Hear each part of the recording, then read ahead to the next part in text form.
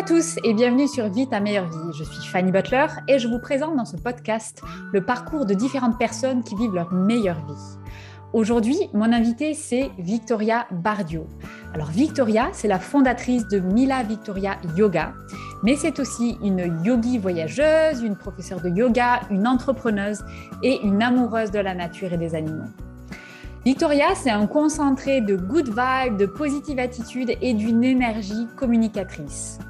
On est loin d'imaginer que trouver sa voie a été un parcours très difficile et très chargé émotionnellement. Victoria s'est d'abord perdue dans une vie qui n'était pas vraiment la sienne, qui était juste se plier aux attentes de l'extérieur. Quand elle a rencontré le yoga, ce fut une révélation et aussi une renaissance. Grâce à sa pratique, Victoria a su accepter ses propres envies, ce qu'elle voulait vraiment, et a eu le courage de sortir des spirales néfastes dans lesquelles elle s'était enfermée. Aujourd'hui, elle enseigne cet équilibre fait d'ancrage profond et d'une authenticité et d'une écoute sans faille. Elle nous présente comment elle a construit sa vie, son parcours, quels ont été ses challenges, ses difficultés et comment elle les a surmontés. Et je vous souhaite une excellente écoute. Hello Victoria, bonjour et donc bienvenue sur le podcast Vie ta meilleure vie. Alors première question, mais comment vas-tu aujourd'hui ? Salut Fanny, merci de me recevoir. Ça va, je me suis levée tôt parce que j'ai donné cours de yoga en ligne ce matin. Ok. Un peu fatiguée, en des nuits parfois un petit peu courtes, mais tout va bien. Donc tu donnais du yoga à 7h du matin ? À 7h30, exactement, de 7h30 à 8h, petit yoga du matin en ligne. Ok, magnifique. Et du coup, tes clients sont où ? Sont plutôt en Belgique, en Europe ou bien un peu partout ? Les gens sont franchement un peu partout. Il y a beaucoup évidemment France, Belgique, parce que c'est une plateforme pour l'instant francophone. Et un peu partout en Belgique, c'est pas non plus que Bruxelles. Pourtant, voilà, je suis bruxelloise, mais ils sont un peu partout. Il y a des gens aussi qui sont au Maroc, en Suisse. Je pense qu'il y a eu Canada. Bref, il y a eu pas mal de trucs un peu différents. Victoria, tu es yogi, tu es prof de yoga en ligne, mais aussi en physique. Tu es entrepreneuse, tu as développé une ligne de tapis écologique. Donc, tu as vraiment multicasquette. Tu es rayonnante. Quand on voit tes vidéos, à chaque fois, ça donne le peps. Donc, est-ce qu'aujourd'hui, tu vis ta meilleure vie ? Franchement, je me rappelle, voilà, c'est une mini anecdote, mais on est parti en vacances en famille à Noël. Ouais. Sur un bateau. Bon, forcément, c'était déjà très paradisiaque, donc c'était compliqué de faire mieux. On était près de la Guadeloupe et de la Martinique. Et le soir, on regarde les étoiles, il y a une étoile filante qui passe. Et donc, évidemment, on est tous là, trop bien, on peut faire un vœu. J'attends. Et puis là, vraiment, je réfléchis et je me dis, mais je ne veux rien de plus de ce que j'ai aujourd'hui, quoi. Parce que vraiment, je réalise que j'ai vraiment... un peu la vie, je ne sais pas si c'est la vie de mes rêves, mais en tout cas, c'est la vie dont j'ai toujours voulu, indépendante. En même temps, voilà, on va dire que j'utilise mon corps, donc je suis beaucoup dans le mouvement. Il y a quelque chose aussi de très relié aux émotions, finalement, à l'introspection, à un peu de spiritualité, à un peu de créativité, au sport. Voilà, c'est un petit peu l'entrepreneuriat, c'est un petit peu, voilà, tous les mondes qui convergent finalement vers ce que j'ai créé pour ma vie, quoi. Et quels sont justement les ingrédients ? Tu en as cité quelques-uns, donc par rapport à ton activité quelque part professionnelle. Et est-ce que tu as aussi d'autres ingrédients, par exemple, dans ta vie peut-être plus personnelle ou un équilibre que tu recherches à avoir ? Parce que bon, on le connaît, les entrepreneurs sont souvent des gros bosseurs et ont du mal à trouver un équilibre. Donc, quels sont tes ingrédients de ta meilleure vie ? Alors, franchement, le yoga, pour moi. Oui, bien sûr. Parce que quand on fait quelque chose, on dit toujours les cordonniers les moins bien chaussés. Le métier, évidemment, qu'on exerce, voilà, j'ai fait de ma passion mon métier, mais à partir du moment où ta passion devient ton métier, ton métier n'est plus vraiment ta passion, entre guillemets. Donc, c'est parfois un petit peu difficile de trouver ce juste milieu et ce juste équilibre et continuer vraiment à faire du yoga pour moi. parce que c'est ce qui m'a sauvé la vie, vraiment. Enfin, je le dis sans peser mes mots, ça m'a vraiment littéralement sauvé la vie. Et je sais que 2, 3 jours sans yoga, ne fût-ce que 5 minutes, ça a vraiment un impact sur mon humeur, sur mes émotions, sur mon corps, sur ma concentration, sur tout finalement. Et je sais surtout aussi, j'observe autour de moi et moi dans ma vie qu'en tant qu'entrepreneur, comme on porte notre projet, qui finalement est peut-être, je ne sais pas, la matérialisation de qui on est d'une certaine manière, comme on porte notre projet, c'est vraiment important qu'on se sente bien, que notre bien-être soit finalement vraiment, sans que ce soit de l'égoïsme, mais que ce soit vraiment le noyau dur de notre business, parce que c'est nous qui le portons, tous les jours, donc c'est important qu'on se lève le matin avec de l'énergie, avec une bonne humeur, avec une envie d'avancer, parce qu'on est les seuls en plus à pouvoir faire bouger les choses. Et donc, je dirais, c'est vraiment le yoga pour soi. Après, moi, ça peut être le yoga vraiment purement le yoga, mais je pense que tout le monde peut trouver aussi le yoga dans d'autres formes d'activités. Ça peut être la peinture, la méditation, la marche, le sport. Voilà, c'est vraiment faire quelque chose en pleine conscience. Et c'est faire quelque chose pour les bonnes raisons avec une bonne intention derrière. Ça peut être la cuisine, enfin n'importe. Mais voilà, c'est juste essayer de trouver pas le côté acharnement dans quelque chose et pas faire du sport à tout prix pour des mauvaises raisons, quoi. Donc, vraiment le faire pour un bien-être certain. Donc, je dirais que ça, c'est vraiment mon gros ingrédient personnel dans ma vie perso. C'est aussi m'autoriser quand même à sortir et à voir des gens. Parce que pendant longtemps, j'ai eu une rigueur et un rythme très, très, très strict où j'allais dormir tôt, je me levais tôt, etc. Je ne sortais pas, je ne buvais pas d'alcool. Enfin, j'étais vraiment très stricte. Donc, ça a été réautorisé à me faire plaisir et faire des choses peut-être un petit peu moins bonnes pour la santé, comme boire de l'alcool ou fumer une clope. Et quelle était la raison pour laquelle tu avais eu cette période un peu plus monacale, entre guillemets, ou vraiment très stricte au niveau santé, de bien respecter toutes ces règles? C'était vraiment cette découverte finalement du yoga, de tout ce qu'on appelle développement personnel, de chamanisme aussi. Voilà, j'ai vraiment découvert plein de trucs et ça a été vraiment drastique, quoi, du jour au lendemain. Végétarienne, enfin voilà, aujourd'hui j'ai beaucoup changé, je ne suis plus végétarienne, je bois un peu d'alcool, je fume un petit peu des clopes et j'essaye de trouver un juste équilibre là-dedans. Parce qu'en fait, ni l'un ni l'autre a été bénéfique, en tout cas dans mon expérience. Et donc, j'essaye de trouver un peu un juste équilibre entre les deux. Et voilà, au niveau professionnel, je dirais que mon ingrédient vraiment le plus important, c'est de déléguer. Ça a été très difficile de déléguer au début. Et vraiment déléguer et bosser avec des freelances, si on peut engager personne. Moi, je bosse avec elle a le terme d'assistante, mais en fait, c'est vraiment mon bras droit aujourd'hui. Et je délègue à cette personne tout ce que je peux lui déléguer. Je délègue aussi quelques cours sur ma plateforme à d'autres profs de yoga. Voilà, déléguer pour vraiment créer plus de temps et focaliser aussi mon temps et mon attention sur les choses dans lesquelles je suis forte et où je peux ajouter une plus-value, quoi.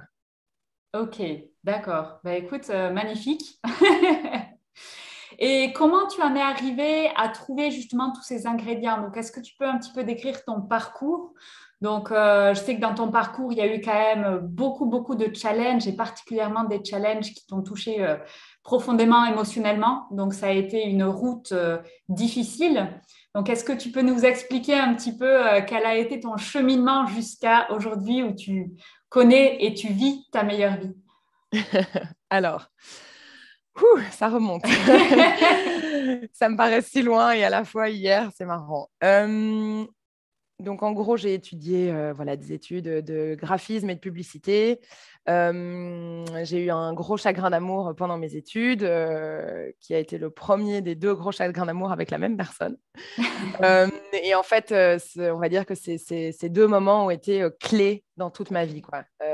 Du coup, personnel, mais aussi professionnel, parce que c'est cette découverte de moi-même, finalement, qui m'a amenée à devenir prof de yoga, à devenir entrepreneur. Et donc, pendant mes études, gros chagrin d'amour, bref, ça fout le bazar dans ma vie. Je commence à avoir pas mal de troubles alimentaires, vraiment, genre j'étais, ok, c'est un chagrin d'amour, mais vraiment, je suis tombée dans on va dire un épisode dépressif, comme on appelle, pas une dépression, mais vraiment juste un épisode dépressif. C'était vraiment un enfer et ça a duré pendant 4 ans. Et pendant ces 4 années, il fallait quand même que je continue un petit peu à vivre. Alors, j'avais le soutien de mes parents, heureusement, mais j'ai commencé à bosser un petit peu dans le domaine de l'art, dans le domaine de la mode, qui sont des domaines dans lesquels j'ai grandi. Mes parents sont vraiment dans ces domaines-là. Donc, j'ai un petit peu suivi, on va dire, les rails. Et petit à petit, pendant ces 4 ans, on va dire, de l'enfer, j'ai découvert par hasard, c'est jamais par hasard, mais j'ai découvert le yoga. Via une de mes meilleures copines qui m'a aussi fait découvrir tout ce qui était le chamanisme, le développement personnel. J'ai commencé à lire des livres, etc. Et donc, j'ai vraiment mis un pied dedans comme ça. Donc, j'ai débarqué à mon premier cours de yoga. Je n'avais jamais fait de yoga de ma vie. Moi, comme la plupart des gens, je pensais que c'était juste un sport. C'est bon, je suis sportive, ça va aller. Je suis arrivée dans ce cours, j'ai pleuré pendant tout le cours. Et je me suis dit, il y a quand même quelque chose. Il y a quand même quelque chose de différent là-dedans. Et donc, j'ai continué à aller au yoga vraiment régulièrement, 2-3 fois par semaine. Puis, en fait, la personne avec qui je m'étais séparée, donc j'avais un énorme heartbreak. On s'est retrouvés, on s'est remis ensemble pendant 2 ans. Et là, ma vie a de nouveau complètement changé parce que j'étais encore dans cette recherche peut-être de moi-même et je n'étais pas vraiment dans une phase carriérisme. Et en fait, j'ai vraiment mis toute mon attention, tout mon temps finalement dans ce healing process. Je ne sais pas trop comment on peut dire ça en français, mais voilà, c'est cette phase de reconstruction et de guérison parce que je sentais que c'était quelque chose de très lourd et de très profond et que je n'arrivais pas à avancer sans. Et donc, je bossais un petit peu à gauche, à droite, mais je n'avais pas de CDI, je ne bossais pas pour quelqu'un, je n'avais rien lancé. Et quand on s'est remis ensemble, lui est musicien et il est musicien assez connu, donc il voyage dans le monde entier. Et ça a assez rapidement été de nouveau la fusion, comme on avait quand même déjà une longue histoire avant. Ça a été de nouveau été très fusionnel et donc on a finalement décidé de former une équipe et que je bosse pour lui, avec lui, que je le soutienne. Enfin bref, que je sois en gros femme au foyer avec un petit job à côté de l'aider dans tout ce qui était un peu plus admin, ses factures, sa communication, ses réseaux sociaux, etc. etc. Et donc, pendant 2 ans, en fait, je me suis retrouvée à faire, pendant quelques mois, c'était chouette. Je pouvais monter à cheval, aller au yoga, voyager. C'était super. Je suis allée au Japon, aux États-Unis, c'était top. Mais en fait, très rapidement, je me suis quand même sentie un petit peu vide et aussi vivre dans l'ombre de quelqu'un. Surtout, quelqu'un qui est sous les spotlights, en plus, littéralement. J'étais toujours la femme de, quoi. J'étais personne. Et c'est pas trop dans mon caractère d'être dans l'ombre. Et donc, assez rapidement, les choses ont un peu changé. Je suis partie voyager au Nicaragua. J'ai une cousine qui habite là-bas. Donc, je suis allée au Nicaragua, les profs de yoga. Et j'ai passé 3 semaines là-bas. C'était justement une phase de remise aussi un peu en question avec mon compagnon à l'époque. En fait, je suis rentrée. J'ai dit, en fait, je sais ce que je veux faire. Je veux être prof de yoga, quoi. Elle est prof de yoga, donc je me suis dit, c'est ça que je veux faire. Je suis rentrée et vraiment, du jour au lendemain, je savais que c'était ça. Je savais, quoi. Ça a été un déclic direct, je savais. Pas un degré d'hésitation. Donc, je suis rentrée, j'ai trouvé un teacher training à Bruxelles une formation pour devenir prof de yoga. Et puis, ça a duré quelques mois de formation. Et puis, petit à petit, j'ai commencé à donner des cours et j'ai commencé forcément à être un petit peu moins à la maison, à être un peu moins présente, faire un petit peu plus ma vie. Et voilà, ça a créé du coup aussi un déséquilibre dans la vie de couple. Pas les mêmes envies, pas les mêmes besoins. Et je sentais vraiment cette envie d'envol aussi, cette envie de prendre ma place, cette envie de lancer quelque chose, d'être plus dans ce qui est entrepreneurial. Aussi, j'ai vécu dans une famille d'entrepreneurs et d'indépendants. Et donc, voilà, petit à petit, nos chemins de nouveau se sont séparés. Ça a été très dur aussi de tout recommencer à zéro, déménager, etc. C'était assez compliqué. Et puis aussi de passer du statut quand même un peu de femme au foyer avec aucun souci, pas devoir me stresser financièrement de quoi que ce soit, à devoir gérer tout toute seule, quoi. Et donc là, voilà, je suis devenue professeure de yoga full-time. Et franchement, en fait, j'ai assez bien gagné ma vie, mais je n'avais pas de vie de nouveau. Enfin, un peu comme maintenant, mais c'était plus intense parce que c'était vraiment physique constamment. Et puis voilà, petit à petit, de manière assez organique, en fait, très comme ça, sans que je décide de créer une marque ou que je décide de créer une plateforme. Il y a tout qui s'est un peu mis en place pendant le confinement. Je voyageais aussi un peu entre ces deux périodes. Je dirais qu'il y a maintenant presque 4 ans qui sont écoulés depuis. Et j'ai lancé ma marque il y a 1 an et demi, ou 2 ans peut-être déjà, je ne sais même plus. Et j'ai lancé ma plateforme il y a 1 an. Ok, d'accord. Voilà.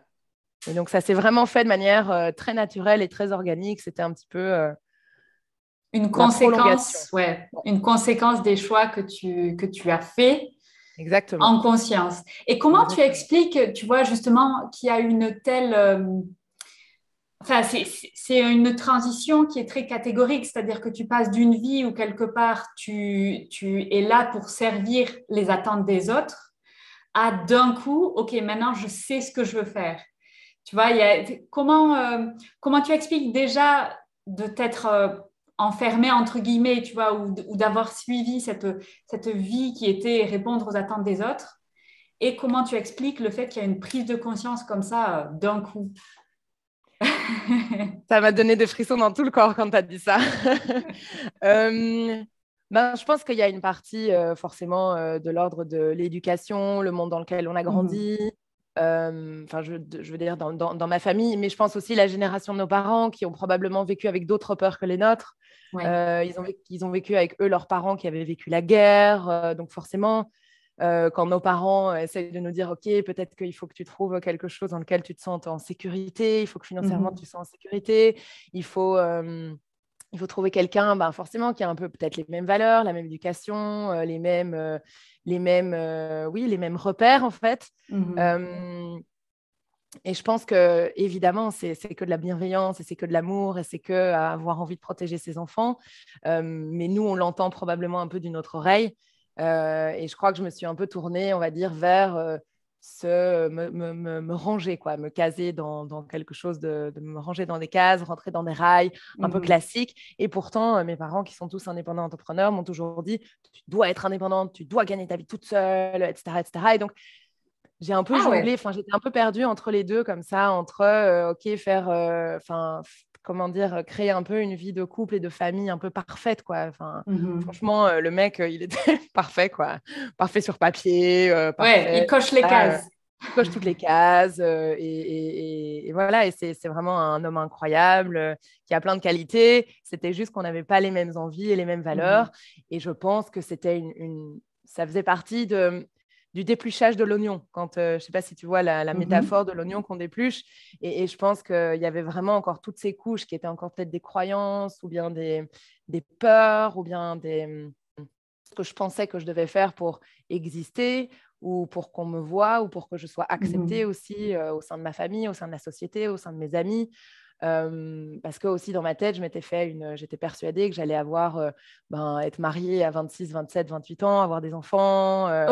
Et quand il y a tout ça qui est remis en jeu et que je me dis, bon, en fait, si je tourne les talons là, en fait, je renonce à tout ça, quoi. C'est-à-dire que je vais devoir tout recommencer à zéro. Est-ce que finalement, c'est pas plus important pour moi d'avoir des enfants, de fonder une famille, d'avoir une sécurité aussi émotionnelle Et voilà, tout ça, c'est un peu remis en question. Et donc, je pense vraiment que c'est plus de l'ordre de croyances, de peur, et qui finalement, c'est des blessures qui ont été réouvertes et qui ont été aussi peut-être nettoyées, qui sont en train d'être pensées petit à petit avec le temps, quoi.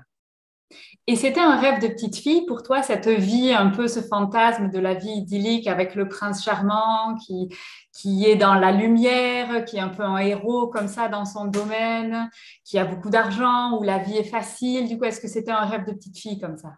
Oui, je pense. Je me rappelle justement, donc ma marraine m'a dit que quand j'étais petite, j'avais 8 ans. J'étais dans la voiture avec ma cousine aussi. On était dans la voiture et apparemment, j'ai dit, je ne m'en rappelle pas, mais j'ai dit, plus tard, moi, je me marierai avec un homme très riche, comme ça, je pourrais aider les autres avec son argent. Et je pense que même dans cette situation-là, je pense qu'il y avait quelque chose et je crois que c'est vraiment l'essence même je ne sais pas si je peux parler de mission de vie, mais quand même, c'est vraiment tourné vers l'autre. À l'époque, c'était vers une personne en particulier. Oui. Et en même temps, j'essayais vraiment de conscientiser lui et sa famille qu'avec leur argent, ils pouvaient en fait faire tellement de choses, qu'on pouvait créer des projets autour de la musique, qu'on pouvait créer des projets sociaux, qu'on pouvait vraiment créer des choses pour les autres, en fait. Donc, à l'époque, c'était tourné vers une personne. Aujourd'hui, c'est plus tourné vers toutes les personnes qui font du yoga avec moi. Que ce soit mes clients, que ce soit des élèves, que ce soit des abonnés, peu importe. Mais je pense, oui, que j'avais vraiment cette vision idyllique du mariage, etc. Et en fait, quand on a commencé à parler justement, OK, on va se marier, etc., bizarrement, j'ai plus trop, maintenant, cette vision faded away. Je plus vraiment, et heureusement. Ok. Et du coup, est-ce que, tu vois, tu l'avais en toi depuis tout jeune, ce truc de dire, quelque part, bon, tu avais le fantasme, tu veux y croire, mais au fond de toi, tu sais que c'est pas ça. Et du coup, ça s'est exprimé, tu vois, avec une cassure. Enfin, voilà, ça a été difficile et il a fallu aller loin pour que, voilà, il y ait cette coupure pour dire non, maintenant j'arrête. Mais est-ce que, tu vois, parce que c'est une force que tu as en toi, tu vois, tu aurais très bien pu dire non, mais finalement, je vais rester, qu'est-ce que je me. Enfin, tu vois, continuer dans cette histoire que tu t'es fait dans ta tête et dans ce fantasme, et tu aurais pu le cultiver, tu vois, ça c'est une des possibilités. Et toi, tu as dit non, je vais faire face à tout ça. Et franchement, c'est une très bonne question. Parce que je pense que je ne l'avais pas du tout la première fois que je suis sortie avec cet homme. Je crois que je n'avais pas du tout ce côté... j'avais vraiment ce côté, OK, j'étudie la pub, le graphisme, je vais bosser dans la mode, dans l'art, je vais suivre les rails. Et je me posais pas de questions, en fait. J'étais vraiment... je pense que j'ai toujours été, même enfant, très, très sensible. On peut parler d'hypersensibilité, enfin de plein de choses, peu importe. Je n'ai pas envie de labelliser ça, mais voilà, je ressentais les choses vraiment de manière très intense. Et j'ai toujours eu un peu ce côté, je me sens un peu un ovni, pas trop comprise. Okay. Et je pense qu'avec le temps, à travers l'adolescence, mon accident de ski, qui m'a quand même défigurée quand j'avais 14 ans, pas mal de trucs. J'ai eu un accident de ski, j'ai pris mon quart de ski dans la figure, ça a tout coupé jusqu'à l'os, muscles, terminaisons nerveuses, tout, donc j'ai pas pu courir pendant plusieurs années. Okay. Et voilà, maintenant, tout va bien. Mais bon, c'était quand même aussi un gros choc, je pense, pendant l'adolescence, et ça a sûrement fait partie aussi de mon rapport à l'image, à ce qu'on peut véhiculer aussi comme image, rapport au corps.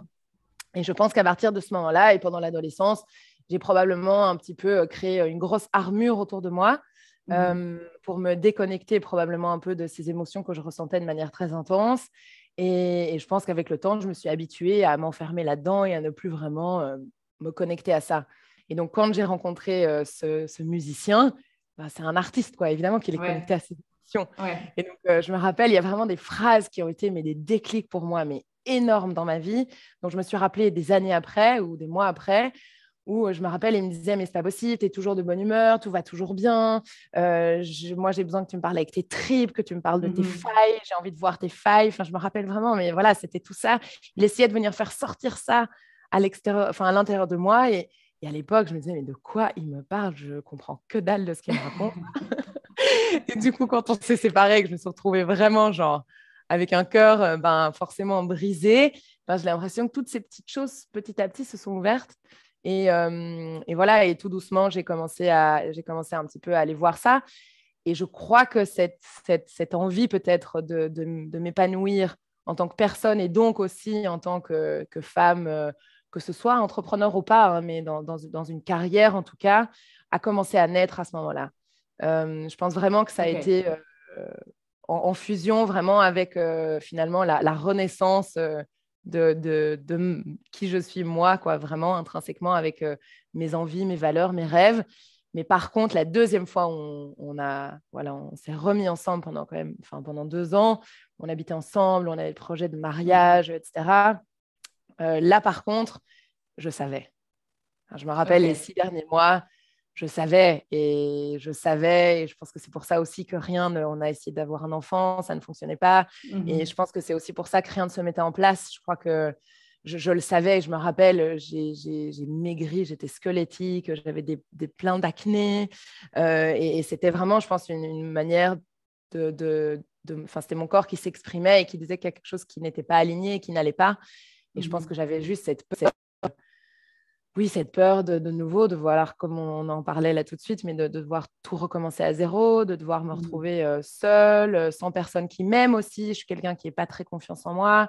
Je n'ai pas beaucoup encore, j'essaie de le cultiver, mais d'amour pour moi-même. Et donc, quand l'amour pour soi passe à travers le spectre de quelqu'un d'autre, c'est très difficile de se dire, en fait, il n'y aura plus ces yeux rivés sur moi qui m'aiment. Je vais devoir le faire moi-même toute seule, quoi. Je vais devoir m'aimer, zut, comment on fait? Comment est-ce qu'on fait? Et ça, c'est via la pratique du yoga et j'imagine peut-être méditation ou développement personnel, c'est tout ce secteur-là que tu as exploré. Hein? C'est vraiment tout ça, ouais. Voilà, et puis j'ai fait aussi des expériences un peu plus bizarres. Chamanique ou quoi? Tu veux partager? Voilà. Qu'est-ce que c'est tout ça? Je ne connais rien. Bien sûr.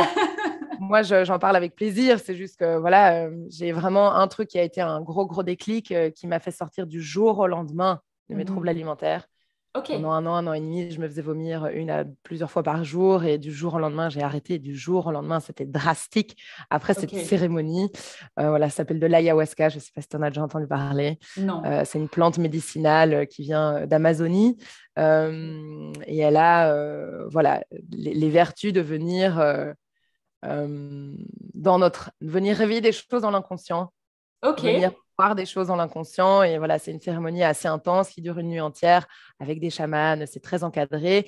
Évidemment, il y a beaucoup de personnes qui vont peut-être juger le fait que ce soit une plante qui altère forcément un petit peu nos sensations. Mais ça n'a rien d'une drogue. C'est vraiment juste... une plante médicinale, quoi. Je sais pas comment on peut l'expliquer autrement, mais voilà, et ça a été... j'ai fait, je crois, maintenant, depuis que j'ai découvert ça, une douzaine de cérémonies. Et ça, c'est vraiment quelque chose je sais pas moi, une psychothérapie de 10 ans en une nuit, quoi. Et qu'est-ce que ça t'a fait alors, du coup? Ça t'a fait triper et tu as vu des trucs Je connais rien, hein, donc je vais poser des questions peut-être très bêtes. En fait, non, il y a pas de façon, il n'y a pas de questions bêtes par rapport à ça, surtout parce qu'aussi tout le monde le vit de manière super différente. J'ai fait ça d'ailleurs avec mes parents aussi, avec ma famille. C'est ma maman qui m'a emmenée faire ça. Donc tes parents sont là-dedans, ils n'étaient pas oh mon Dieu, qu'est-ce que notre fille est en train de faire? Ils sont pas du tout là-dedans, pas du tout. Ok. Non, mais une des meilleures amies, une des très bonnes amies de mes parents, a découvert, on va dire, cette médecine qui finalement est une médecine qui date de 10 000 ans. Hein. Je veux dire, c'est un truc de la nuit des temps, quoi. C'est bien plus fondé, on va dire, dans nos gènes ou dans nos... Enfin, en tout cas là-bas, en Amazonie, que la nouvelle médecine occidentale et les médicaments qu'on découvre aujourd'hui. Mais voilà, après, chacun son envie d'y croire ou de ne pas y croire. Et en fait, c'est très différent pour chacun. Par exemple, moi, je n'ai aucune vision, je ne vois rien. On a les yeux fermés, mais il y a souvent des gens qui ont des rêves très éveillés, qui voient vraiment les choses avec leurs yeux, quoi. Les yeux fermés, mais ils voient vraiment les choses. Et moi, très, très, très, très, très peu d'images. Ça va plus être dans des sensations, dans des ressentis, Et en fait, je me rappelle de pas beaucoup. Donc, par exemple, la deuxième cérémonie que j'ai faite, où justement, il y a eu vraiment ce cut entre, avec mes troubles alimentaires. Il paraît que j'ai pleuré toute la nuit. Aucun souvenir. Donc, c'est un peu, j'avoue que dans tout ce processus, il y a certaines prises de conscience, mais on va dire que c'est plus, pour moi, c'était plus dans des sensations, dans des ressentis physiques. Je me rappelle, j'avais fait ça justement avec l'homme en question. On va l'appeler le musicien. J'avais fait ça avec lui et en fait, il y avait vraiment un truc qui était très parlant. Il était à côté de moi et c'était sa première cérémonie. Moi, j'en avais déjà fait quand même quelques-unes. Il était à côté de moi et je me souviens avoir vraiment... je serrais. Enfin, c'est comme si on ne contrôlait pas vraiment son corps et qu'il était vraiment guidé et dirigé par cette plante médicinale. Et je serrais mon poing vraiment très, très, très, très, très, très, très fort, un peu genre je m'agrippe à quelque chose et il y a vraiment eu ce moment de lâcher prise et de laisser partir. Est-ce que c'était l'autre? Est-ce que c'était toute la vie que je m'étais imaginée avec lui? Je ne sais pas, mais en tout cas, il y a vraiment eu, voilà, par exemple, ce symbole physique très, très fort de lâcher prise. Et je me rappelle vraiment, j'ai senti mon cœur qui s'est ouvert et j'ai senti, voilà. C'était plus de l'ordre de, pour moi, en tout cas, de sensation. Après, il y a plein de gens qui voient vraiment des choses et qui vivent ça très différemment. Et du coup, tu vas dans ce genre de cérémonie avec une intention ou avec une question ou, enfin, tu vois, quand est-ce que tu te dis, bah, tiens, là, j'en ai besoin. Là, je vais aller sur ce chemin-là pour m'aider à régler quelque chose. Euh, En fait, ça vient à toi, ça t'appelle, vraiment. D'accord. Genre, ça se Ok. met sur ton chemin. Après, tu viens avec une intention, évidemment. Mais je pense, en tout cas, moi, je l'ai trouvé petit à petit. Je ne savais pas encore très bien. Et en fait, à la seconde où on fait un grand cercle de paroles et chacun partage son intention s'il en a envie, Ok. en fait, c'est à ce moment-là où tu sais exactement pourquoi tu viens. Après, c'est ce que je dis toujours, c'est même la même chose avec le yoga, c'est la même chose avec la plupart des choses. Je pense que les choses viennent à nous quand on est prêt. Mhm. Et c'est un peu la même chose avec, voilà, par exemple, l'ayahuasca, ça vient à toi quand tu es prêt, quoi. Il ne faut pas aller le chercher. Je Ok. pense que et c'est la même chose dans tout. Je veux dire, que ce soit en relation, que ce soit un job. Je pense que aller contre nature et aller essayer Mhm. de vraiment forcer quelque chose à tout prix, personnellement, je n'ai pas l'impression que ce soit fluide et très harmonieux, et donc je pense que les choses viennent à nous, quoi, que ce soit le yoga, que ce soit du chamanisme, que ce soit le développement personnel, voilà. Je pense que ça vient vraiment à nous. Mhm. Ok. Ok, et tu vois, quand tu racontes ton histoire, je trouve, dis-moi si tu ressens la même chose, mais là, dans notre échange, j'ai vraiment l'impression que la première fois donc, que vous êtes séparés, c'est parce que tu avais besoin de savoir qui tu étais, et la deuxième fois, c'était, OK, maintenant que je sais, j'ai besoin de le faire. Est-ce que tu vois Exactement. un petit peu ça comme ça, ouais? C'était exactement ça. Et vraiment, je me rappelle quand je me suis remise avec lui, je lui ai vraiment dit, en fait, c'est les deux meilleures choses qui me sont arrivées dans ma vie, c'est que tu m'aies quittée et que tu sois revenue. Et puis après, après ces 2 ans, après la deuxième séparation, j'ai de nouveau dit, en fait, c'est de nouveau les meilleures choses qui me sont arrivées dans ma vie, quoi, vraiment. Alors que c'était les épreuves les plus dures de ma vie, même si ça peut paraître ridicule pour certaines personnes. Je veux dire, ce n'est qu'un chagrin d'amour, mais ça a été les deux choses les plus difficiles de ma vie à surmonter. Et en fait, j'aurais jamais fait tout ce que j'ai fait. Et je serais pas, j'aurais pas découvert qui j'étais. J'aurais pas fait ce que Mhm. j'aurais aimé faire, en tout cas, si tout ça n'était pas arrivé, quoi. OK, Et donc, ouais, j'aime donc... vraiment bien ce que tu as dit. C'est tout à fait ça. Donc, en tout cas, tu as l'air aujourd'hui d'avoir beaucoup de gratitude par rapport à tout ce qui s'est passé. Mais quand tu étais dans ces moments qui sont difficiles, et alors je vais faire juste une parenthèse, il y a eu, j'ai entendu quelque part, je ne sais plus où, mais ça m'avait marqué, quand on vit, quand on est dans un moment le plus difficile dans sa vie, c'est le moment le plus difficile dans sa vie. Quel que soit ce qu'on vit, tu vois, tu disais, ah oui, pour certaines personnes, ça peut paraître idiot, un chagrin d'amour, machin bazar. Oui, mais voilà, dans ta vie, c'est le moment le plus difficile. Personne ne peut juger ou dire, voilà, c'est le moment le plus difficile, point. Pour d'autres personnes, le moment le plus difficile aura d'autres formes, quoi. Et donc, dans ces moments-là, comment tu as fait pour voir la lumière au bout du tunnel? Comment, tu vois, est-ce que tu la voyais ou est-ce que, voilà, non, tu faisais au jour le jour ou, tu vois, qu'est-ce qui, à un moment donné, a fait, OK, je vais m'en sortir? Waouh, c'est une bonne question.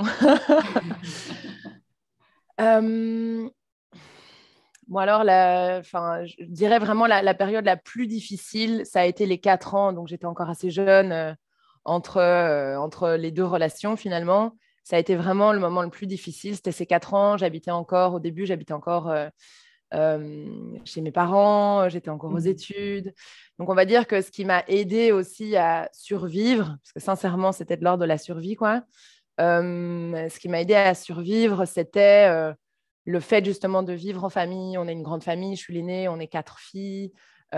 C'était le fait de devoir aller à l'école, Mhm. à l'UNIF, de devoir faire des choses. Donc, on va dire que le côté finalement devoir m'a aidé à ne pas rester. Bon, je restais évidemment, hein, peut-être un jour sur 3, je restais dans mon lit, mais au moins les 2 autres jours, j'étais obligée de sortir, quoi.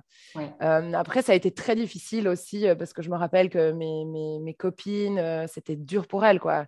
Je me suis engueulée avec elles parce qu'il y avait un peu peut-être ces incompréhensions et donc c'était aussi super difficile de ne pas se sentir compris ou de ne pas pouvoir partager certaines choses qu'elles ne vivaient pas et ne pouvaient pas comprendre. Et franchement, c'était dur. Après, où est-ce que j'ai vu la lumière? En fait, je pense vraiment que c'était dans certaines rencontres. J'ai reconnecté avec une copine, donc ma copine elle s'appelle Céleste, et elle a aussi été une des clés dans... Ouais, Céleste en plus. Elle a été une des clés dans aussi tout ce changement et toute cette guérison. Parce que je la connais depuis super longtemps. C'est aussi une des meilleures amies de ma cousine, donc on se connaît depuis très longtemps. Mais on s'était un peu perdu de vue depuis quelques années, pas longtemps, mais genre 3-4 ans. Et en fait, voilà, elle a une histoire un peu particulière, mais elle est née dans une communauté bouddhiste, alors que sa maman est hyper catho.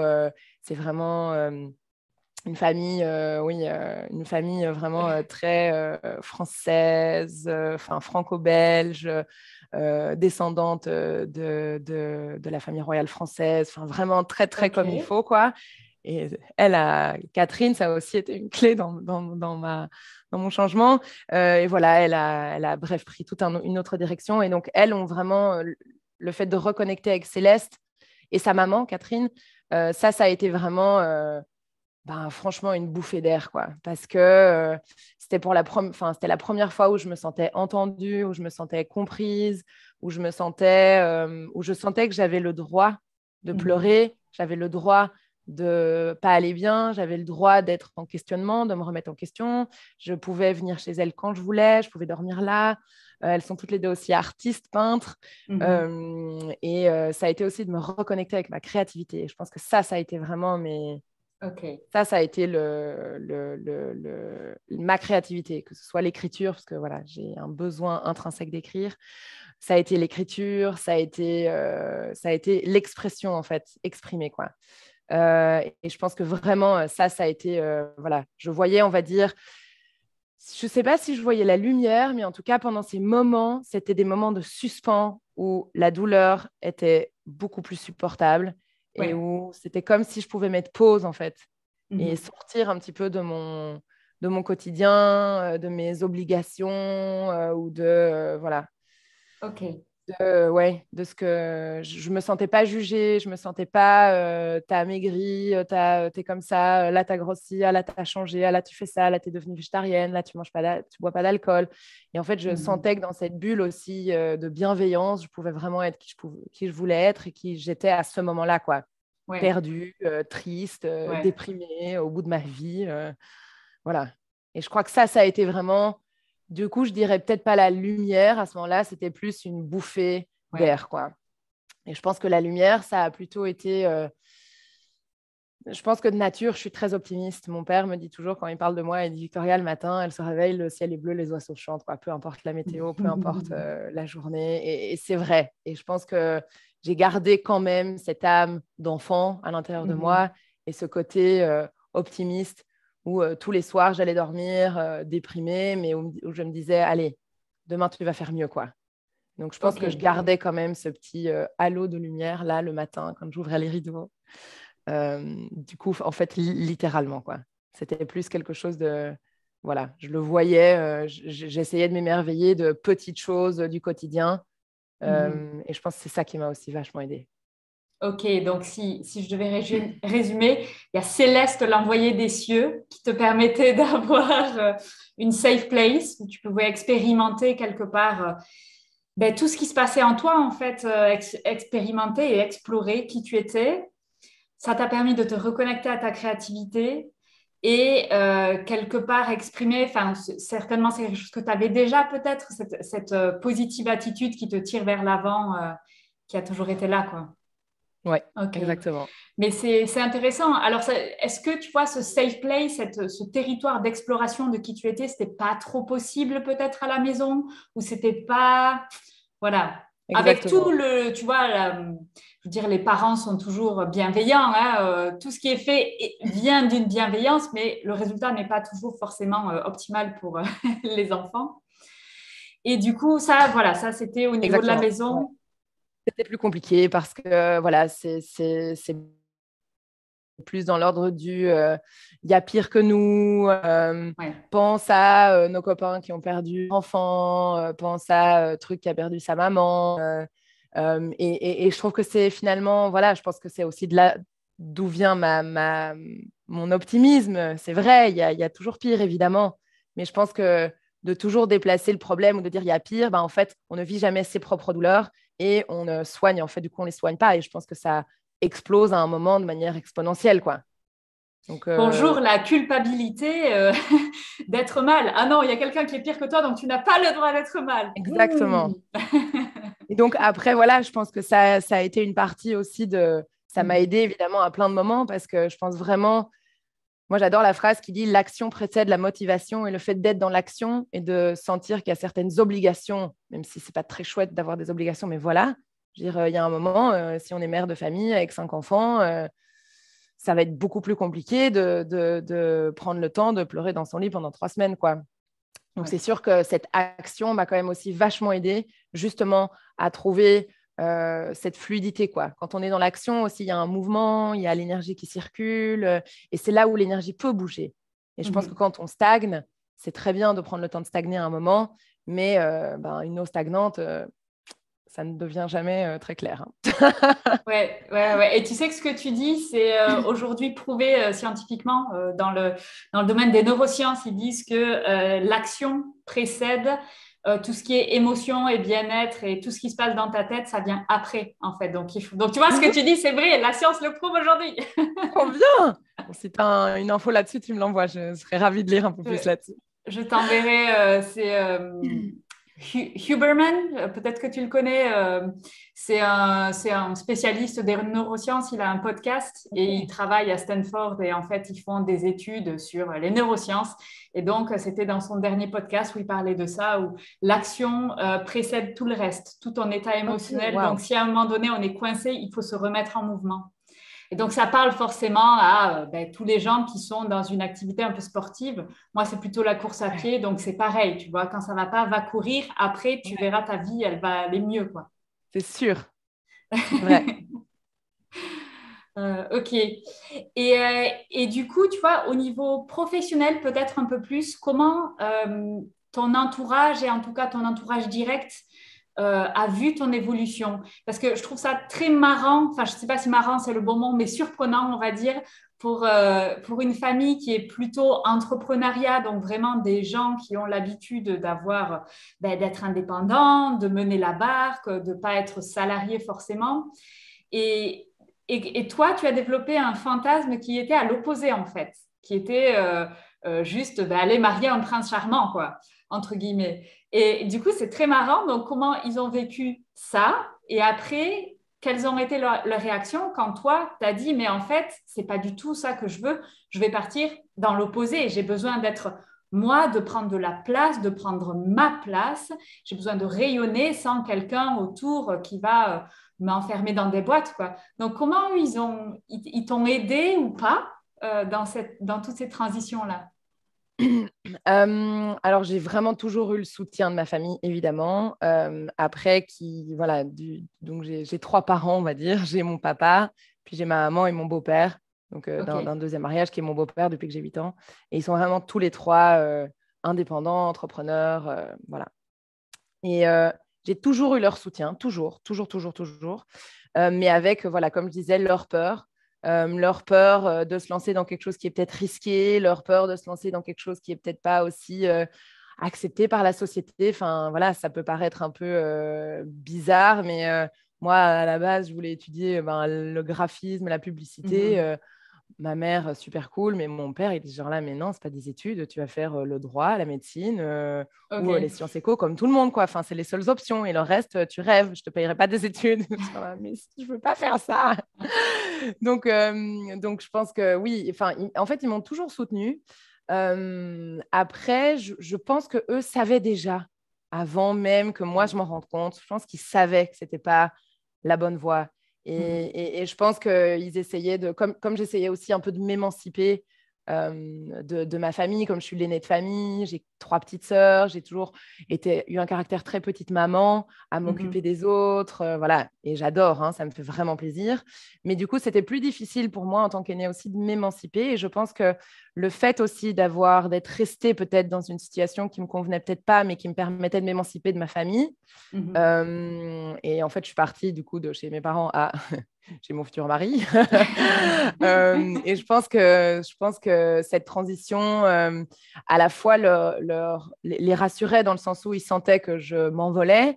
Et en même temps, je pense qu'eux savaient bien avant moi que ce n'était pas du tout ce dans quoi je devais me lancer, quoi. Je pense qu'ils le savaient. Et donc c'est pas qu'ils ne me soutenaient pas pendant ma relation, c'est plus qu'ils n'arrêtaient pas de me dire « Fais attention, il faut que tu sois indépendante, il faut que tu aies un boulot, il faut que tu crées ton truc, profites-en, etc., etc. » Donc, profites-en pour créer quelque chose. Donc, eux, en fait, m'ont poussée à fond dans cette voie-là. Après, je pense que le changement a été tellement drastique et le yoga, ça a été juste… What the fuck. Et c'est vrai qu'à la base, on se dit, en fait, être prof de yoga, c'est juste être un indépendant. C'est juste comme un coach de sport, voilà, c'est juste un boulot d'indépendant. Et je pense qu'ils ne se rendaient peut-être pas compte non plus qu'il y avait une possibilité en fait d'entrepreneuriat derrière. Et donc, je pense que voilà, avec le temps, je suis devenue vraiment quelqu'un qui bossait 7 jours sur 7, de 7 heures du mat à 21 heures tous les jours, tout le temps. Donc, je pense qu'ils ont aussi vu une énorme évolution dans la personne que j'étais. Et franchement, j'ai eu un soutien incroyable pour lancer mes premières productions de tapis. Mes parents m'ont prêté de l'argent. Enfin, voilà, ça a vraiment été… Ils ont toujours été là. Après, ils sont évidemment là pour m'aider. Ils sont là aussi pour me pousser, me challenger avec leur peur et leur vécu. Et voilà, à toujours dire à quel point ils sont fiers de nous à leurs copains. Mais évidemment, devant nous, c'est toujours ce serait quand même mieux avec 2 zéros derrière. Hein, donc, voilà. C'est leur manière bienveillante et avec plein d'amour de nous pousser à aller plus loin. Ok. Et tu vois, justement, dans ce monde, je trouve que le monde du yoga ou du bien-être en général, surtout, tu vois, comme on le voit dans les réseaux sociaux, est souvent très fake. Tu vois, c'est quand même souvent des belles photos sur des belles plages avec des belles poses. Et puis bon, après, le reste, c'est assez superficiel, quoi.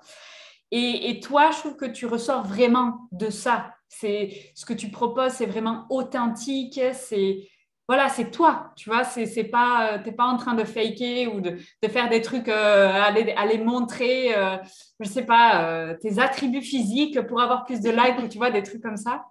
Donc, comment tu fais ou est-ce que c'est conscient ou peut-être pas, hein, je ne sais pas, mais comment tu fais pour rester authentique dans ce secteur-là qui est, je pense, pas forcément évident parce que quand on est dans une industrie qui est plutôt, de manière générale, un fake, on a tendance à se dire à un moment donné, peut-être qu'il faut faire ça pour que ça marche, tu vois. Donc, comment tu fais pour t'extraire de ça et te dire, voilà, je reste plus proche de mon authenticité? Alors, je suis passée par ces phases où je me suis dit, bah ouais, peut-être que je devrais juste devenir super méga bonne, me maquiller tout le temps, me faire mes ongles tout le temps, être en vacances tout le temps et poster des photos de moi en bikini. Non, en vrai, en fait, ça a été quelque chose de nouveau de plus fort que moi. Donc, quand j'étais encore avec ce musicien, en fait, on va dire que de nouveau, je rentrais dans les cases, il fallait que je sois parfaite, il fallait que je pouvais pas faire un pas de travers, je devais être la femme de quelqu'un de un peu connu et important, et donc il fallait aussi que j'ai une posture, quoi, que je sois toujours bien habillée, que je mange bien, que je sois mince, que je sois sportive, voilà, il fallait que tout soit parfait, bien éduqué, tout devait être parfait. Bon, après, petite, on a aussi toujours été des petites filles parfaites. Et voilà, mais donc je rentrais encore dans ce moule-là. Et en fait, Instagram, au tout début d'Instagram, je veux dire, il n'y avait personne qui me suivait. Mon échappatoire et en fait, la personne que j'étais vraiment était exprimée à travers ce que je postais ou ce que j'écrivais sur Instagram. Et c'est comme si ça avait été mon journal intime pendant tout un temps. C'est comme si ça avait été une revendication et comme si ça avait été, oui, j'avais besoin d'exprimer en fait ce que je ne pouvais pas exprimer dans mon quotidien et dans la vie que j'avais choisi de mener à ce moment-là, en tout cas.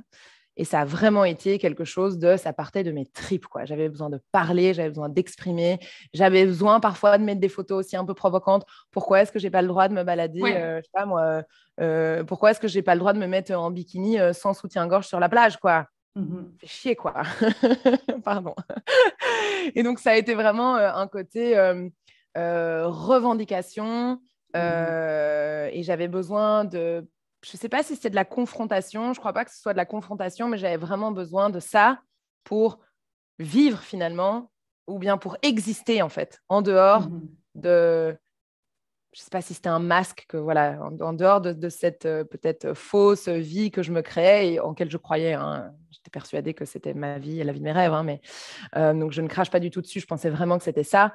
Mais en fait, ça a commencé à devenir de plus en plus fort, quoi. Et j'ai commencé à écrire, j'ai commencé à exprimer certaines choses qui, au début, ont créé des tollés. Les gens, j'ai été critiquée mais dans tous les sens. Comment est-ce qu'elle ose parler de ça? C'est vraiment scandaleux, nanana. Ah ouais. Et moi, en fait, au début, mais cata. Quoi, elle a posté une photo de elle où on voit presque son ventre et presque ses seins. J'étais là, mais en fait, si poster ça, c'est quoi le problème, quoi? Et donc, c'était plus ce côté me déconnecter, me dissocier de ce que les autres pensent de moi et ce que moi, j'ai vraiment envie d'être et de faire, quoi. Si j'ai envie de faire ça et de porter ça et d'être ça, en fait, j'ai le droit de l'être. Donc, ça a plus été... J'avais besoin peut-être de choquer, de provoquer un petit peu pour un peu montrer, en fait, je choisis et je décide ce que je poste, ce que j'écris et qui je suis, quoi. Il n'y a personne d'autre pour me le dicter. Sauf que, bon, à l'époque, il y avait la famille du musicien qui me disait oh, « C'est scandaleux, il faut que tu supprimes cette photo, tu ne peux pas faire ça, tu ne peux pas dire ça, nan. » Donc, on me rebrimait et on me remettait rapidement dans une petite case. Et en fait, c'est devenu de plus en plus fort, du coup. Et donc, petit à petit, je pense que c'est vraiment un besoin intrinsèque qui a grandi dans quelque chose de... ça a été vraiment pour moi un exutoire et une manière d'exister, quoi. Une manière de dire, en fait, c'est cette personne-là que je suis. Et comme l'écriture et prendre des photos et exprimer des choses, j'ai toujours rêvé de pouvoir faire un peu tout ça, être un peu artiste, je pense. Je sais pas, je crois que c'est mon expression, quoi. C'est un peu comme si c'était ma toile, quoi. J'écris et je pose des photos que j'aime bien. Et je pense que ça a vraiment été ce besoin de casser les codes aussi, parce que j'ai beaucoup souffert justement de ce rapport au corps, de cette perfection qu'on a envie ou qu'on nous presse d'atteindre. Et donc, ça a vraiment été ce besoin de casser les codes et de dire en fait non et de le revendiquer. C'était pas juste le vivre pour moi, quoi. Mais c'est génial. Donc, en fait, finalement, ça a eu l'effet complètement inverse. C'est-à-dire que là où on voit les profs de yoga qui utilisent ça comme un outil marketing avec des choses très superflues, toi, c'était l'inverse, en fait. C'était ta zone où tu t'exprimes vraiment qui tu es et ce que tu veux projeter comme image. Enfin, pas image, c'est vraiment qui tu es, contrairement à ta vie de tous les jours, qui est en fait fausse. Donc, en fait, c'est exactement l'inverse. Ton Instagram, c'était toi vrai et ta vie, c'était toi, mais déguisé, quoi. Exactement. Ah, c'est trop ça. Bizarre. Je viens d'éclairer quelque chose là. Bah oui, en fait, c'était ça. Ok, ben voilà, ça explique comment tu as réussi à être vraiment authentique toujours aujourd'hui dans ce que tu partages sur les réseaux. Ouais. Je trouve que ça saute aux yeux, vraiment. Donc, ok. Et tu vois, est-ce que tu as eu des mentors? Est-ce que soit dans les moments difficiles, mais où tu vois des choses qui t'ont guidé un peu, est-ce que tu es inspiré par d'autres personnes ou le parcours d'autres personnes un peu emblématiques comme ça? Plein. Ok. Et j'ai été inspirée évidemment à chaque fois par des personnes différentes, à des moments évidemment différents, mais il y a quand même une personne qui m'inspire énormément et c'est vraiment en décalage avec finalement le métier que je fais, mais c'est Chiara Ferragni, qui est cette blogueuse mondialement connue, qui a lancé The Blonde Salad, qui a aujourd'hui une série sur Netflix, on a fait un film sur sa famille. Enfin, je veux dire, c'est Le top nec du plus top. ultra de la blogueuse, influenceuse, bref. Et en fait, elle m'a toujours inspirée au début parce que je travaillais dans la mode et que voilà, je la trouvais stylée. C'était la première blogueuse un peu Instagrammeuse et tout. Elle était trop cool. Voilà, elle avait tous les trucs de marque dont on rêvait quand on bossait dans la mode. Et puis finalement, de blogueuse, elle aussi, elle parlait en fait, elle parlait de sa relation.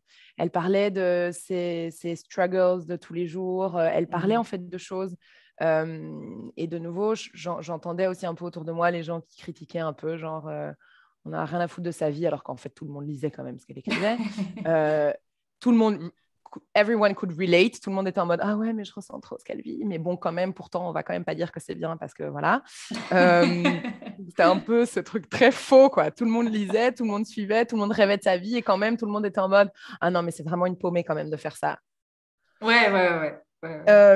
Et donc, elle, et c'est toujours aujourd'hui, quand je vois aujourd'hui, en fait, elle a construit un empire, elle a réussi à finalement développer ce qui l'animait, parce que je pense que ça l'anime vraiment, ce qu'elle a commencé à faire et ce qu'elle fait aujourd'hui. Quelque chose qui l'animait, quelque chose. Elle a aussi utilisé vraiment ses faiblesses comme des forces, ou ses cœurs brisés, enfin son cœur brisé comme une force, et elle a vraiment construit, je veux dire, un empire, quoi. C'est une entrepreneuse, mais juste méga inspirante. Et à la fois, ça me bluffe de voir elle a un mari, elle a 2 enfants, elle a 3 gros business, et en même temps, elle garde, même si elle est toujours maquillée, coiffée parfaitement, et qu'elle est très mince, très belle, très bien foutue, elle garde une authenticité et une... En fait, elle me touche vraiment, quoi. J'ai regardé des épisodes de leur truc là sur Netflix ou je sais plus quoi, et franchement, je dirais, il y a des moments, j'ai pleuré, quoi. Elle me touche vraiment, quoi. Et je trouve qu'elle garde, malgré cette superficie apparente, une authenticité et une sensibilité que je trouve incroyable, avec une manière aussi de gérer son business et ses équipes qui a vraiment l'air très, très humaine. Et tout reste en fait à taille humaine. Ouais. Tout reste, ouais, elle m'inspire vraiment, quoi. Ok. Voilà. Ok, super. Écoute, je dois t'avouer, je ne la connais pas. Tu vas devoir aller regarder. Exactement, je vais aller regarder ces épisodes Netflix et puis voir ce qu'elle fait. Ouais, vraiment, Mais tu sais, quand tu dis... ouais. Ouais. Elle est super inspirante et c'est vraiment une girl boss, quoi. Je sais pas comment on peut appeler ça, mais... Ouais. Mais écoute, quand tu dis, tu sais, c'est tout le monde critique et puis finalement est quand même tout le temps envieux. I can relate, tu vois. J'étais le parfait exemple de ah mais non, mais mon Dieu, blogueuse, influenceuse, mais qu'est-ce que c'est que cette histoire de trop superficielle? Et puis en fait, là, non, mais non, tu vas toujours avoir des gens superficiels, mais il y en a d'autres qui sont très bien. C'est tout à fait vrai. Et je voulais peut-être aborder un aspect un petit peu plus mindset, un petit peu plus mental, tu vois. Est-ce que, tu vois, dans toutes ces transitions et peut-être dans ta vie d'entrepreneuse aujourd'hui, pour toi, quels sont les éléments clés de ton mindset qui sont hyper importants pour mener la vie que tu mènes? Parce que ça reste quand même, bon, être entrepreneur, c'est pas forcément le plus facile, tu vois, il faut quand même avoir un certain caractère. Et est-ce qu'il y a des éléments clés pour toi qui sont essentiels pour toi, ta réussite? Oui, il y a clairement des éléments vraiment clés et il y a vraiment un mindset à avoir. Je pense que, alors j'ai pas envie de dire de l'optimisme parce que tout le monde ne peut pas cultiver de l'optimisme. Je pense qu'on n'est pas tous nés avec les mêmes cadeaux du ciel, entre guillemets. Mais je pense que le mindset de se dire que je suis vraiment maître de la vie que je me crée, pour moi, c'est le plus gros mindset à avoir parce que sinon, on reste dans une forme de victimisation, ça ne fonctionne pas, mais ce n'est pas à cause de moi, nanana, nanana. Et donc, je pense vraiment que le mindset de je sais que je suis capable de créer la vie dont j'ai envie, dont je rêve, et je sais que je suis capable de le faire, ça, c'est vraiment la chose la plus importante à faire. Donc, forcément, il y a quelque chose aussi de l'ordre du développement personnel, de croire en soi, de savoir qu'on est capable de faire quelque chose. Et ça, je pense que c'est vraiment le plus gros mindset, le plus important, quoi. C'est vraiment ça. Après, je pense qu'il y a quand même aussi un mindset de... Je ne sais pas si c'est un mindset, en fait, mais de structure, d'organisation pour essayer d'être efficace et perdre moins de temps pour pouvoir, en fait, libérer du temps pour soi. Je pense que c'est quand même aussi un mindset et comme on en a parlé au début, que comme ton projet, ou même si tu es indépendant ou que tu es entrepreneur, ça part de toi. Donc, si toi, tu es crevé tout le temps, que tu n'es pas de bonne humeur, que tu es au bout de ta vie, forcément, la prolongation de qui tu es, donc ton projet ou ton boulot ou ta boîte, ne pourra pas se porter bien. Donc, c'est vraiment le mindset, c'est aussi mes actions sont évidemment drivées par tout ce qui se passe à l'intérieur, quoi. Okay. Mais je dirais vraiment, en fait, on peut tout réussir, on peut tout faire, tout est possible, tout. Après, c'est, voilà, qu'est-ce que je mets en place, comment est-ce que je peux le faire et quels sont les plans d'attaque pour pouvoir arriver à faire ce que j'ai envie de faire. Mais je pense aussi que dans le mindset, ce qui est important, et ça, c'est parfois un petit peu plus difficile d'observer la différence, c'est entre ce dont moi j'ai vraiment envie, ce que je pense, voilà, ce que je pense, je pense que j'ai envie de ça, mais en fait peut-être pas, et ce que je pense que les autres ont envie que moi je fasse ou je réussisse. Et je pense que ça déjà aussi, c'est un mindset à avoir, en fait, de faire ce dont tu as vraiment, vraiment envie. Et pas essayer de please others et faire quelque chose parce que ça fait plaisir aux autres. Voilà, je pense que ça, c'est vraiment le mindset aussi le plus important. Parce que je pense que quand ça part du cœur, il y a tout qui se met en place, quoi. Ouais, je suis bien d'accord. Et après, la difficulté, c'est évidemment de, comme tu dis, peler l'oignon pour être au plus proche de ce qu'on a envie. Parce que finalement, c'est ça la difficulté. Qu'est-ce qu'on a vraiment envie? Si on demande aujourd'hui, la plupart des gens, en fait, c'est pas clair. Non, Donc, exactement. Et en fait, c'est le plus difficile à savoir et à décortiquer, quoi. C'est de quoi est-ce que j'ai vraiment, vraiment envie. Après, on teste, ça fonctionne pas et on change. Et je pense que ça aussi, c'est un mindset, c'est vrai aussi. Ça, c'est un mindset aussi super important. C'est une forme de flexibilité pour faciliter l'acceptation que les choses ne vont jamais comme prévu. Je pense que c'est vraiment important parce que ça ne va jamais comme prévu. Exactement. De pouvoir être du coup dans cette forme aussi de gratitude et de se dire, bon, OK, ça n'a pas turned out comme j'avais espéré, mais j'ai appris ça et ça. Et donc, je pense que ça aussi, c'est vraiment un mindset, quoi. Ce côté reconnaissant de ce qu'on a, reconnaissant de ce qu'on a déjà vécu, reconnaissant de ce qu'on a déjà réussi, célébrer des petites réussites, même si c'est minuscule, apprendre aussi à se dire, en fait j'ai le droit de déjà être fière de ce que j'ai fait, quoi. Et Victoria, quels sont tes rêves pour la suite? Puisque là, tu vis ta meilleure vie aujourd'hui, mais je me doute que tu as d'autres rêves. Alors, évidemment, je rêve d'être maman. OK. Pas demain, hein, mais je rêve d'avoir 2 enfants.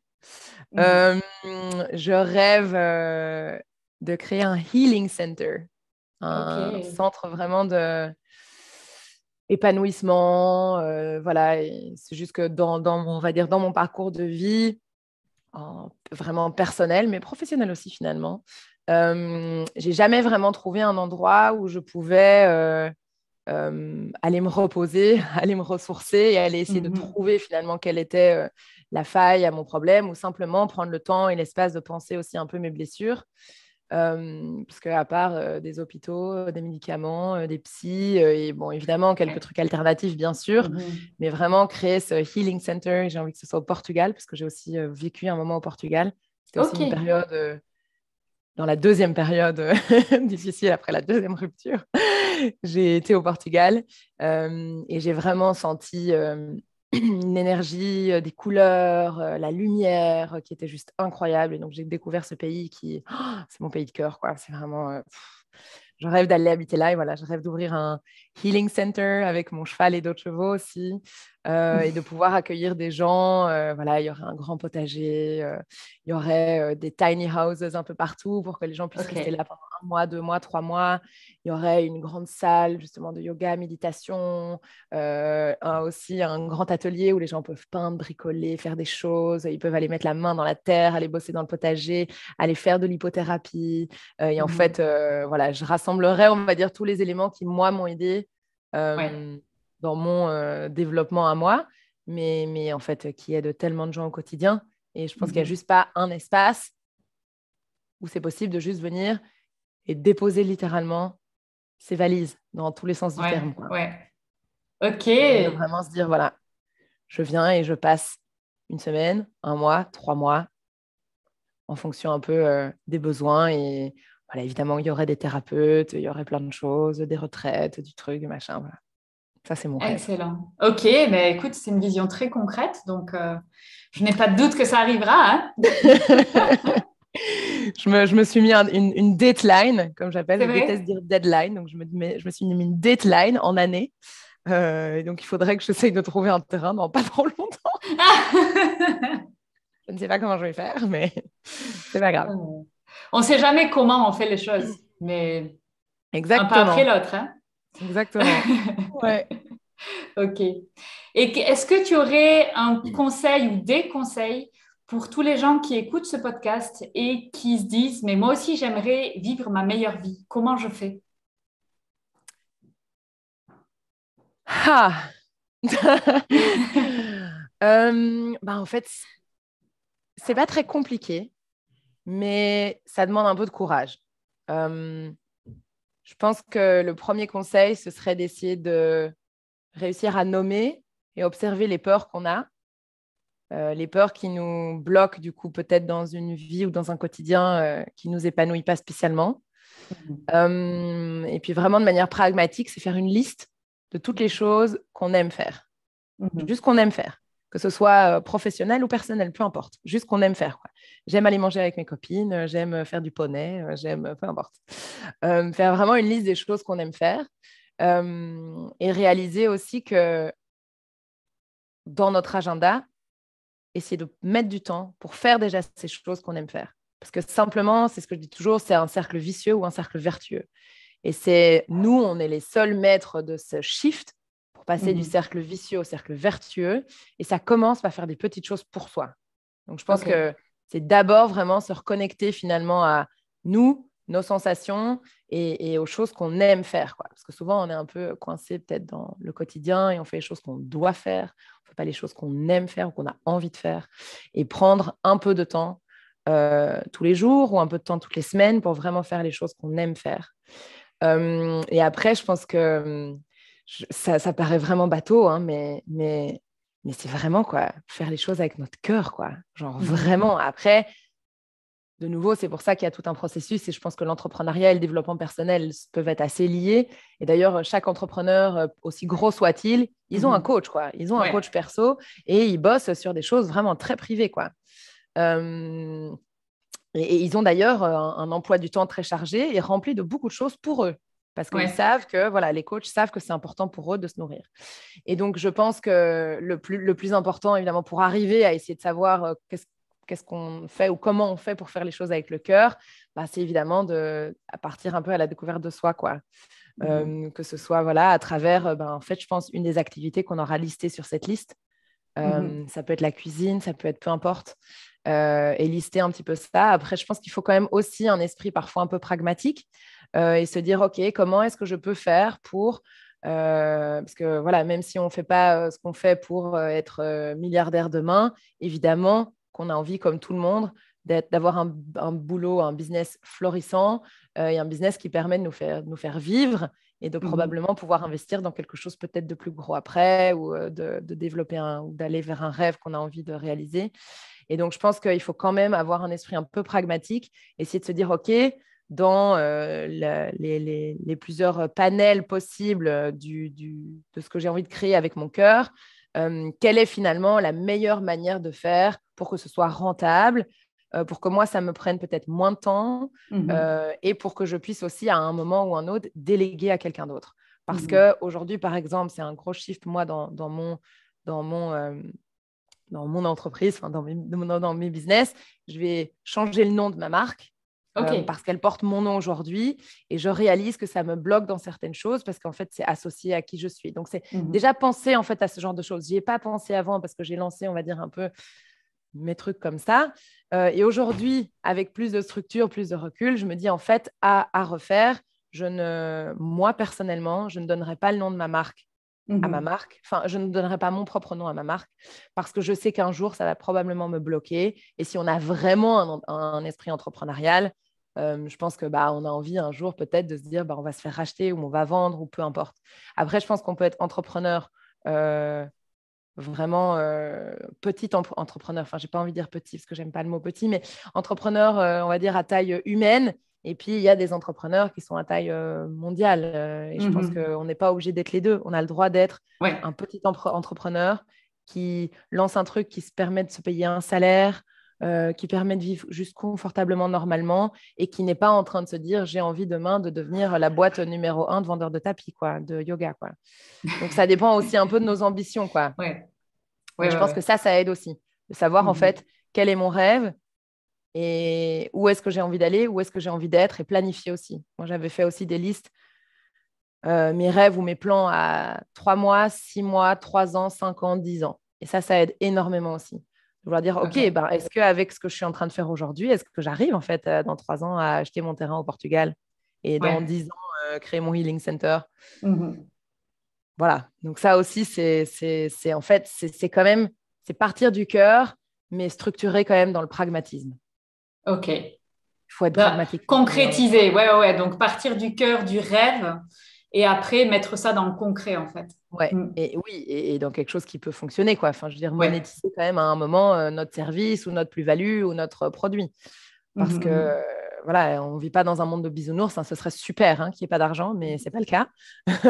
Donc, il y a un moment, voilà.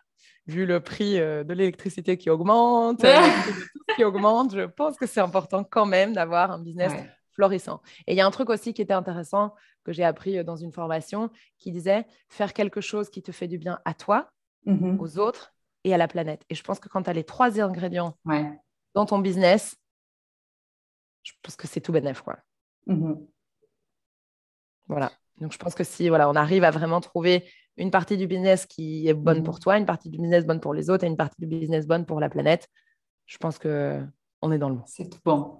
Le trio gagnant. Et ça va être ma dernière question. Qu'est-ce que tu dirais à la jeune Victoria? Est-ce que si là, tout de suite, tu pouvais lui parler, Victoria, toi jeune, qu'est-ce que tu lui dirais? Je dirais, je sais que tu vas faire plein de conneries. Choisir des chemins qui vont être vraiment très sinueux, très boueux et vraiment cata. Et tu auras probablement l'impression que tu ne vas jamais t'en sortir et que ce sera très difficile de sortir la tête de l'eau. Mais c'est justement grâce et à travers ces périodes-là que tu vas réussir à créer finalement, transformer finalement tes faiblesses entre guillemets en force et finalement construire la personne que tu deviendras et la vie de tes rêves que tu construiras. Waouh! Vis tes difficultés, jeune Victoria, parce que ça va t'apporter beaucoup de positif. Ouais. Magnifique. Franchement, ouais. Et à refaire, je ne changerais pour rien au monde. Ouais. Eh ben, écoute, malgré l'horreur. Malgré les difficultés, comme quoi, c'est dans les difficultés qu'on grandit et qu'on se forme. Et il ne faut pas essayer de les éviter. Parfois, il faut y aller et ça va être dur, mais c'est comme ça qu'on avance. Ouais. Franchement, ouais. Ce qui ne nous tue pas nous rend plus forts, c'est vraiment vrai, quoi. Ok. Écoute, je pense qu'on va en rester là sur ces mots-là, c'est très beau. Est-ce que tu veux ajouter où est-ce qu'on peut te trouver ou te contacter pour tous les gens qui seraient intéressés, soit par du yoga ou des tapis de yoga ou d'autres choses que tu proposes? Alors, vous pouvez me retrouver sur Instagram, Mila Victoria Yoga. Mon site internet avec ma marque, c'est la même chose, milavictoriayoga.com. Et pour du yoga en ligne, c'est studio.milavictoriayoga.com. Et bon, tout se trouve évidemment sur mon compte Instagram qui rassemble un petit peu tout. Ok. Bah écoute, merci beaucoup. Merci Victoria. Merci à toi, Fanny. Et puis, merci à tous les auditeurs.